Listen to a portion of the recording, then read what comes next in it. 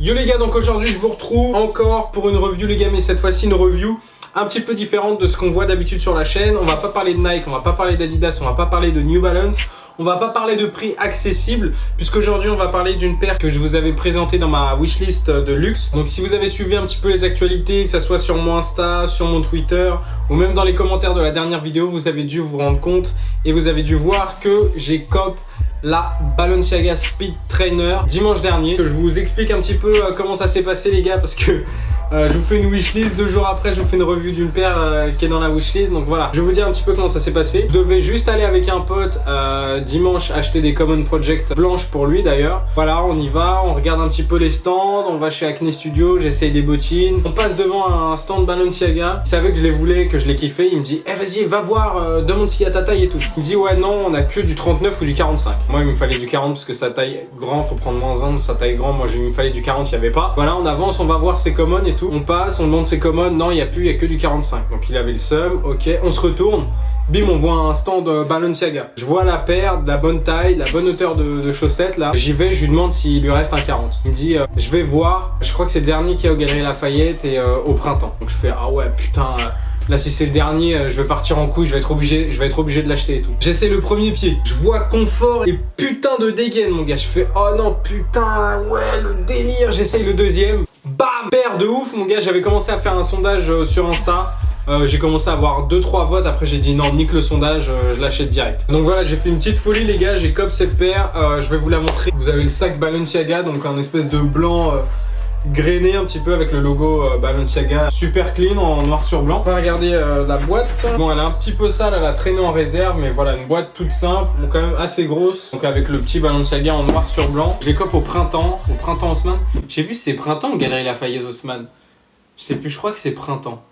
Ouais, c'est printemps. Pour tous ceux à qui j'ai dit ouais, Galeries Lafayette Haussmann, excusez-moi, c'est printemps Haussmann. En magasin, au niveau des tailles, c'est la guerre, il reste vraiment pas grand chose. Donc si vous la voulez, appelez les shops ou déplacez-vous, allez voir s'il y a votre taille. Il faut savoir qu'à chaque fois, il reste genre 1 ou 2 tailles, souvent c'est des grandes tailles ou alors des très petites.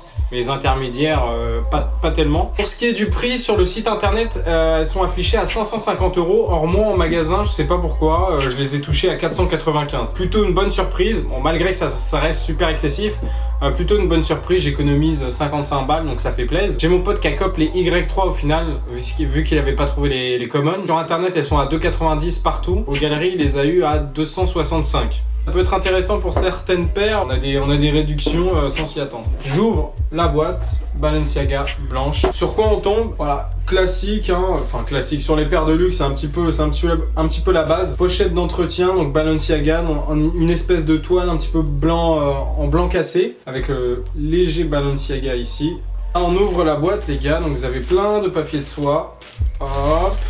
Hop. Et on atterrit sur la paire directement qui est assez bien emballée, tu vois, ils ont assez bien protégé le truc. Et tu tombes du coup sur la Balenciaga Speed Trainer. Donc on va regarder les gars, point positif, point négatif. On va parler du prix aussi, puisque là on est quand même sur une paire de luxe, donc ça représente un prix quand même super important et non négligeable. On va check ça de plus près. On va regarder ça vite fait d'un petit peu plus près, ça va aller vite. Pourquoi? Parce que c'est une paire qui est vraiment super simple et sur laquelle il n'y a vraiment pas beaucoup de détails, donc on va quand même essayer de regarder ça le plus en détail possible. Je vais vous montrer la petite pochette ici, vous pouvez la voir un petit peu plus en détail. On retrouve cette inscription juste ici sur la paire en blanc sur noir, ça ressort vraiment pas mal. Deuxième plus grosse partie de la paire qui la met vraiment en valeur et qui fait vraiment beaucoup sur cette paire, ça va être la semelle ici.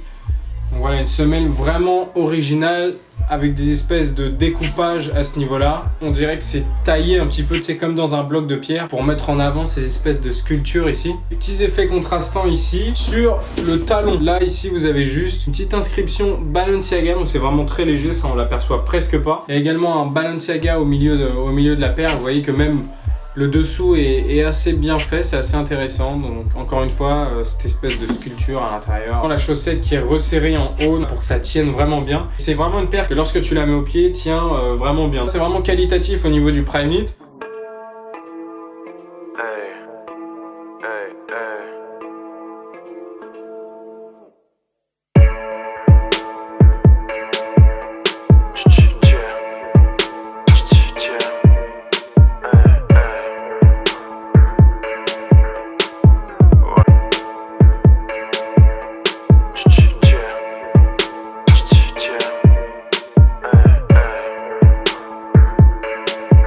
points positifs, déjà au niveau du confort, franchement on n'est pas loin d'une petite Ultra Boost. Il y aura peut-être une team Pro Boost et tout qui me donnera tort, mais moi au niveau du confort je trouve que c'est vraiment super intéressant. Pour les points positifs aussi, design, une semelle qui est assez originale, on a pas mal de détails à l'intérieur de la semelle. Autre point positif, cette espèce de Prime Knit ici est vraiment super rigide, super lisse. Quand tu mets ton pied dedans ça se déforme pas trop, comme par exemple sur les NMD ou par exemple encore des Sock Dart, même si c'est pas du Prime Knit, où là tu mets ton pied puis ça prend carrément la forme de ton pied. Pour les points négatifs, il n'y en aura pas en fait sur cette paire, j'ai pas de points négatifs vraiment parce que c'est vraiment une paire super simple. Pour moi il n'y a que du positif. Juste le gros point négatif c'est le prix qui est vraiment super excessif pour les matériaux utilisés, pour la paire que c'est en fait. Vu que c'est Balenciaga ici, tu payes quand même pas mal la marque. 495, je suis d'accord avec vous, c'est super overpriced. Après voilà, j'étais dans une période d'excédent budgétaire, donc j'ai pu me permettre une petite folie. Mais sinon, je rejoins totalement l'avis de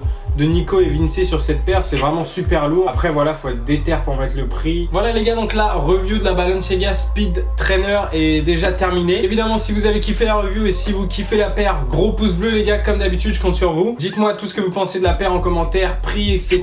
Tout ce qui vous passe par la tête au niveau de cette paire. Je suis vraiment content d'avoir pu vous présenter cette paire, ça me fait vraiment plaisir, je suis vraiment refait de l'avoir cop. Moi je vous dis à la prochaine pour une prochaine vidéo, un nouveau concept, certainement dimanche, donc restez connectés pour ça les gars. Bye.